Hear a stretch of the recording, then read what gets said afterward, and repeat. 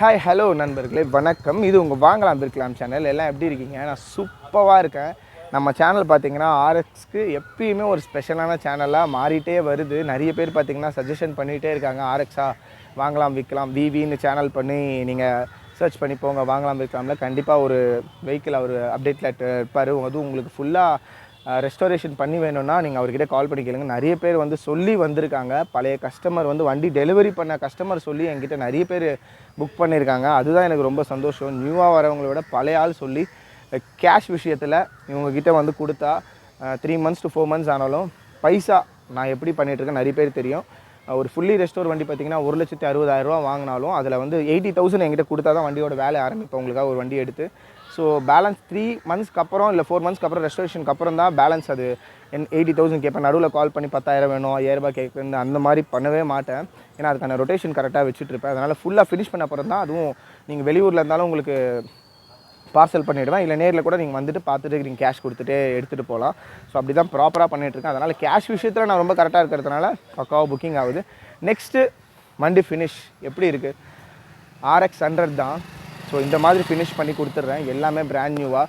வண்டியில் இருக்க பொருளே எடுத்து நிக்கல்லாம் பண்ண மாட்டேன். வண்டியில் இருக்க பொருளே எடுத்து நிக்கல் பண்ணுறதுனா ஒன்று தான், சைலன்சர் அண்டு வண்டியில் இருக்க டேங்க்கை வந்து பெயிண்ட் பண்ணுவேன். ஏன்னா ஒரிஜினல் டேங்க் இப்போ மோஸ்ட்லி கிடைக்கிறதுல கிடச்சாலும் சரியான ரேட்டு பழைய டேங்க் மாதிரியும் இருக்காது. அதனால் பழைய டேங்க்கே வந்து பக்காவாக எடுத்து உங்களுக்கு ரெடி பண்ணி கொடுத்துட்றேன்.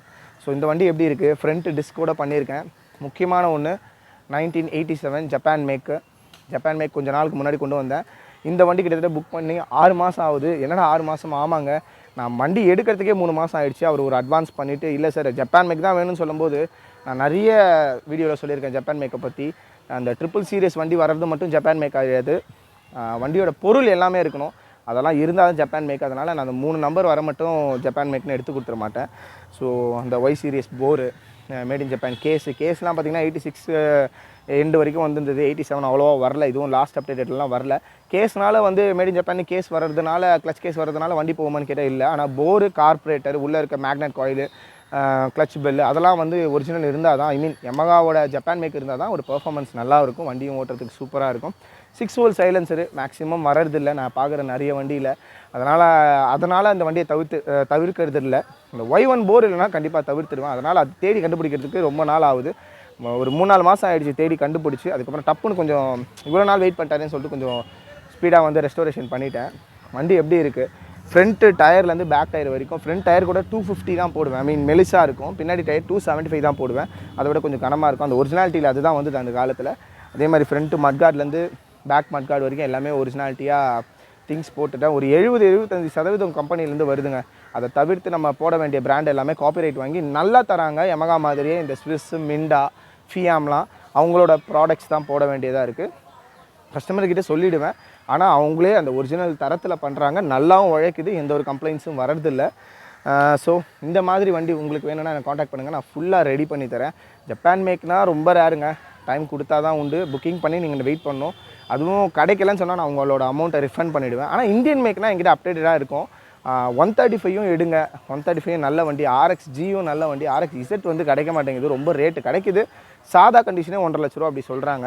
அதே மாதிரி RX135 5 ஸ்பீடு அதுவும் பார்த்தீங்கன்னா சாதா கண்டிஷனே 1,50,000 ரூபா அப்படி சொல்கிறாங்க. 1,20,000 1,30,000 சொல்கிறாங்க. அதை எடுத்து நம்ம ரெஸ்டோரேஷன் போனோன்னா 2 lakhs அபோவ் வந்துடும். ஜப்பான் மேக்கு. ஸோ இந்த வண்டியோட விலையை கேட்டு நீங்கள் நிறைய பேர் என் மேலே டென்ஷன் ஆவீங்க. ஆனால் அதுக்கான என்ன ரீசனுன்னு நான் சொல்லிடுறேன். ஸோ இந்த வண்டியை ஒரு டெஸ்ட் ட்ரைவ் பண்ணிவிட்டு இந்த வண்டியோட full details and price details நான் சொல்கிறேன். வாங்க இந்த வண்டியை ஒரு டெஸ்ட் ட்ரைவ் பார்க்கலாம்.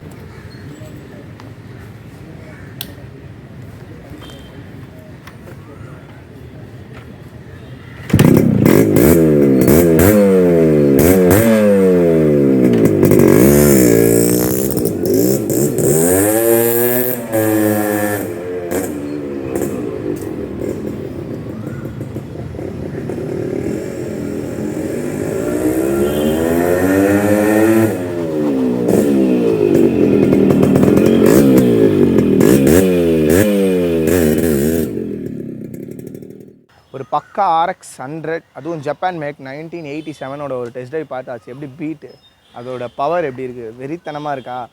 கோர்லாம் நான் எல்லா வீடியோலையும் சைலன்சர்லேயும் போடுற அதே 100 கோர் தான் போட்டிருக்கேன். எப்படி இருக்குது?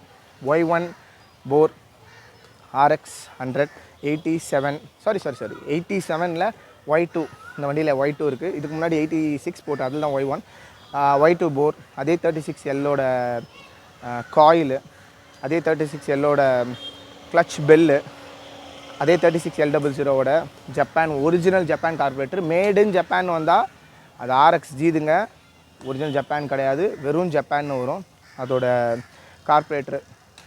இதை தவிர்த்து உங்களுக்கு காயிலு அதெல்லாம் வந்து வண்டியிலே வந்தது, இப்போலாம் கிடைக்காது. அதில் வண்டியிலே வந்ததே பார்த்திங்கன்னா சரி பண்ணி அந்த காயிலே போட்டிருக்கேன். ஸோ வண்டி சூப்பராக இருக்குது. டெஸ்ட் ட்ரைவ்லாம் பார்த்தாச்சு. கட் சீட் எப்படி இருக்குது, இவர் கட் சீட் கேட்டாருங்க. எனக்கு கட் சீட் இருந்தால் நல்லாயிருக்கும் சொன்னார். அதனால தான் ப்ளெயின் சீட்டை விட கட் சீட் போட்டுட்டேன். ஃப்ரண்ட்டு டிஸ்க்கு கேட்டாங்கன்னு சொல்லிட்டு ஆல்ட்ரு பண்ணி கொடுத்துருக்கேன். ஸோ வண்டியோட FC பார்த்திங்கன்னா 2025 வரைக்கும் இருக்குது. கிட்டத்தட்ட இது 4 ஓனர்ஷிப் வண்டி. ஏன்னா பழைய வண்டினால வந்து ஓனர்ஷிப் நிறைய மாறிடுச்சு. எனக்கு தேவை ஃபஸ்ட்டு ஸ்பேர் பார்ட்ஸை விட சேசிஸ் நம்பர், இன்ஜின் நம்பர் தான். இந்த வண்டியில் சேசிஸ் நம்பரும் இன்ஜின் நம்பரும் ஒரிஜினாலிட்டியாக இருக்குது. ஐ மீன் எந்த ஒரு பஞ்சிங்கும் இல்லாமல் கரெக்டாக கம்பெனிலேருந்து வந்து சேஸ் நம்பர், இன்ஜின் நம்பர் இருக்குது. நெக்ஸ்ட் இதோட ஸ்பேர்ஸு அப்படியே ஜப்பான் வண்டியில் நான் ஸ்பேர்ஸ் இல்லைனாலும் எதுக்கு 3 மாதம் 4 மாதம் நான் வந்து வண்டி எடுக்கிறதுக்கே டைம் கேட்குறேன்னா, நான் ஒரு ஜப்பான் பண்ணி சேஸ் நம்பர், இன்ஜின் நம்பர் பார்த்திங்கன்னா நல்லா இருந்தால் எடுத்துருவேன். அதுக்கப்புறம் ஸ்பேர்ஸ் வந்து எங்கேயாவது செகண்ட் ஹேண்ட்ஸில் விற்பாங்க பார்த்திங்களா, போரே 30,000 35,000 25,000 சொல்லுவாங்க இந்த போரில். ஆனாலும் கிடச்சி அதெல்லாம் வாங்கி காயிலெலாம் வாங்கி போட்டு ஒரு நல்ல வண்டியாக, இந்த வண்டியில் ஒரிஜினல் இல்லைனாலும் என்ன, சேஸ் நம்பர், இன்ஜின் நம்பர் இருக்கே, புக்கு பக்காவாக இருக்குதுன்னு எடுத்து தனியாக மார்க்கெட்லேருந்து வாங்கி கூட ஒரிஜினாலிட்டியாக ஜப்பான் மேக் தருவோம். அப்படி தான் இப்போ பண்ண முடியுமே தவிர்த்து ஒரிஜினல் வண்டியில் கார்பெட்டர் இருந்தால் காயில் இருக்காது, காயில் இருந்தால் கேஸ் இருக்காது, கேஸ் இருந்தால் கார்பெட்டர் இருக்காது, கார்பெட்டர் இருந்தால் போர் இருக்காது. இந்த மாதிரி தான் வருது. அதே மாதிரி ஏன்னா இன்ஜின் கேஸ்லாம் கழட்டி உங்களுக்கு காயில் பார்க்குறதுக்கு யாரும் ஒத்துக்க மாட்டாங்க. ஆனால் நான் சில பேர்கிட்ட பெர்மிஷன் கேட்டு பண்ணுவேன். அப்படியும் தராதவங்களுக்கு வண்டி சேஸ் நம்பர், இன்ஜின் நம்பர் நல்லா இருக்கு நான் வாங்கிட்டு வந்துடுவேன். அதுக்கப்புறம் இல்லாதது நான் மார்க்கெட்டில் வாங்கி போட்டுருவேன். ஸோ வண்டியோட ப்ரைஸ் கேட்டால் நிறைய பேர் டென்ஷன் ஆவீங்க, சில பேர் புரிஞ்சுப்பீங்கன்னு சொன்ன பார்த்தீங்களா. அது என்ன காரணம்னா, வண்டியோட ப்ரைஸ் பார்த்திங்கன்னா 2,20,000 ரூபா. 2,20,000 ரூபா. நான் சாதா RX100 1,60,000 சொல்லியிருக்கேன். என்னங்க 80s மாடலே வந்து பார்த்திங்கன்னா உங்களுக்கு 86 மாடலே வந்து அவ்வளோதானே போட்டிங்க. 86 மாடல் 87 மாடல்லாம் ஒன்று தான், ஒரிஜினல் ஜப்பான் மேக் தான். இந்த வண்டியில் பார்த்திங்கன்னா டிஸ்க்கு ஆல்ட்ரு பண்ணியிருக்கேன். அண்டு இந்த வண்டி பார்த்திங்கன்னா எனக்கு செகண்ட் ஹேண்ட்ஸில் கிடச்சதே வந்து கொஞ்சம் அதிகமாக தான் கிடச்சிது. கிட்டத்தட்ட 130க்கு தான் இந்த வண்டி நார்மலாக இருக்கும்போதே ஸ்பேர்ஸோடு எடுத்தேன். அதுக்கு மேலே வந்து ஒரு 80,000 ஸ்பெண்ட் பண்ணி தான் போட்டிருக்கேன். அதுக்கு மேலே கிட்டத்தட்ட ஒரு 10,000 உங்களுக்கு டிஸ்க் வந்துருச்சு, 10,000 to 12,000 டிஸ்க் வந்துருச்சு. ஸோ எல்லாமே கணக்கு பண்ணி பார்க்கும்போது என்னோடய ப்ராஃபிட்னு பார்த்திங்கன்னா இந்த வண்டியில் நீங்கள் நினைக்கிற மாதிரி 40,000 50,000 கிடையாது. ஒரு சாதா RX100 நீங்கள் எந்த OLXயில் எங்கே போய் நான் தேடினாலும் 80-90 கிலோ வந்து இப்போதைக்கு வண்டி இல்லை. அதுவும் ஜப்பான் மேக்லாம் 1,20,000 1,30,000 தான் சொல்கிறாங்க. அதுவும் இந்த மாதிரிலாம் இருக்காது, நார்மலாக தான் இருக்கும். அதுவும் ஒரிஜினல் ஸ்பேர்ஸ் இருக்குது ரொம்ப கஷ்டம். Y1 போரில் இருக்கிற இடத்துல G1 இருக்கும். கார்பரேட்டர் மட்டும் ஜப்பானை போட்டுக்கிட்டு G சீரிஸ் போரை வச்சுருப்பாங்க, காயிலெலாம் இருக்காது. அதனால் வந்து பார்த்து எடுக்கிறது ரொம்ப ரொம்ப கஷ்டமாக இருக்குது. ஸோ 2,20,000 இந்த வண்டியோட ப்ரைஸ் அண்ட் டீட்டெயில்ஸ் அண்ட் எல்லாமே சொல்லி புக் பண்ணி அமௌண்ட் வாங்கிட்டு ஆஃப் த அமௌண்ட் வாங்கிட்டு தான் நான் பண்ணேன். எல்லாமே அவருக்கு சாட்டிஸ்ஃபை. ஸோ ஒரு 2 நாளில் வண்டியை டெலிவரி கொடுத்துருவேன். ஸோ ஜப்பான் மேக்னா 2 லட்ச ரூபா மேலே தான் போகுது. ஏன்னா அதுக்கான ரீசனும் நான் சொல்லிட்டேன். கம்மியாக கிடச்சிதுன்னா பண்ண முடியும், ஆனால் கிடைக்க மாட்டேங்குது. எல்லாமே 120 130 140 தான் சாதா கண்டிஷன்லேயே அந்த ஒரிஜினாலிட்டியோடு விற்கிறாங்க. அதை எடுத்து நான் ஒரு 80,000 ரூபா ரெஸ்டோரேஷன் 80 to 90 ரெஸ்டோரேஷன் பண்ணி வந்தேன்னா 2 லட்ச ரூபா மேலே போயிடுது. அதுவும் டிஸ்க்லாம் போட்டிருக்கேன். ஸோ FC இன்சூரன்ஸ்லாம் கரெக்டாக தான் கொடுப்பேன். எங்கிட்ட சேஸ் நம்பர், இன்ஜின் நம்பர் கரெக்டாக இருக்கும். So normal condition Japan make இல்லாமல் 100 வேணும்னா, உங்களுக்கு இந்தியன் மேக் வேணும்னா 160 பண்ணிகிட்ருக்கேன். இதுனா என்னால் 2 லேக்லேருந்து 2 லேக் மேலே தான் என்னால் கோட் பண்ண முடியுது. விஷயம் தெரிஞ்சவங்க கண்டிப்பாக புரிஞ்சுப்பீங்க. ஸோ நான் வந்து காசு வந்து ஏமாத்துறேன், அதிகமாக லாபம் வச்சு விற்கிறலாம் கிடையாது. என் கூட வந்து ஒர்க் பண்ணுற பார்க்குறவங்களுக்கு தான் தெரியும் விலைவாசி என்ன விற்கிது, ஸ்பேரோட விலைவாசி என்ன, லேபர் எவ்வளோ கேட்குறாங்க, ஐ மீன் பெயிண்டிங் எவ்வளோ ஆகுது, என்னோடய பெயிண்டிங் ஃபினிஷ்லாம் நீங்கள் பார்த்தீங்கனாலே தெரியும். ஸோ சப்ஸ்கிரைப் பண்ணுங்கள், லைக் பண்ணுங்கள், ஷேர் பண்ணுங்கள். 135 சப்போர்ட் பண்ணுங்கள். நிறைய பேர் 135 கால் பண்ணி கேளுங்க, வச்சுருக்கேன். So thank you so much friends. அடுத்த வீடியோவில் இதே மாதிரி நம்ம ஒரு அடுத்த படைப்போடு பார்ப்போம். தேங்க்யூ.